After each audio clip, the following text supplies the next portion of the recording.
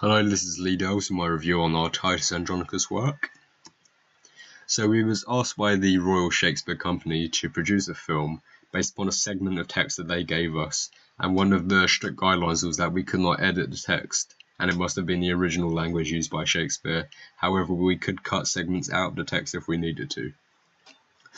As the media department, we worked upon the filming and editing side of the production, and we left the acting to the Drama Academy. My individual roles within the production were the secondary cameraman. This meant that I was filming a large majority of the cutaways and establishing shots that introduced the scene itself. I was also the main editor, which meant that I had to put all the final footage together to produce the film. Within the editing stage, I had to consider all the ideas that we had to incorporate from other members of the group. This meant that we kind of put all of our drafts together to produce the highest quality film that we could produce ourselves. I had to maintain the continuity of the film so that it still told the story in the correct order. However, I had to sort of give it a creative flair, which obviously made it more fluid and also enhanced the film itself to make it more interesting to the viewers. A difficult part of this was actually finding copyright-free music which matched the tone of the individual scenes. Working to a brief was quite useful. It was almost like real-life application, as we had a set task and a deadline and guidelines we had to work within.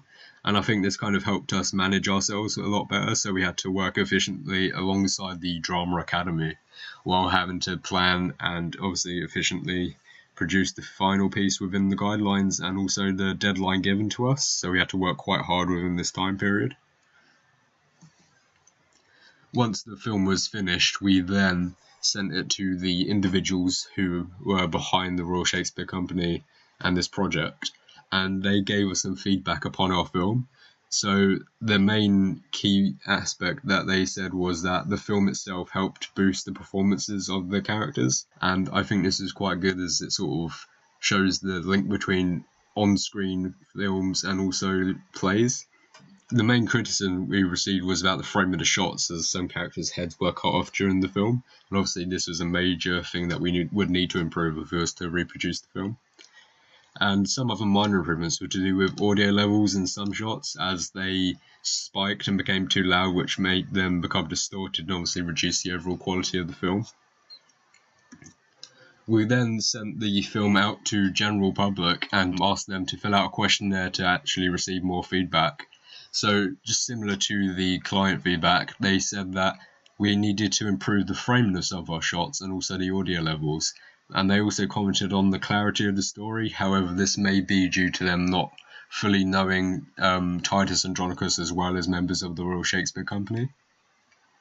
However, they did comment on the wide use of shots and variation of shots, which is quite a key point of our film itself.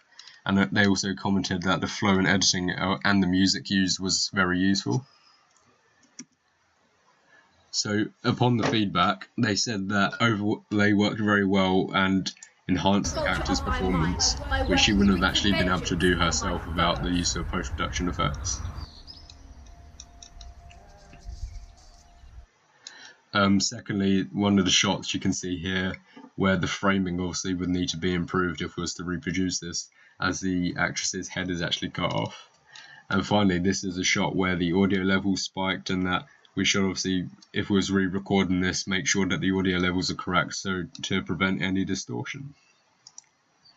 Romans, make way! The good Andronicus!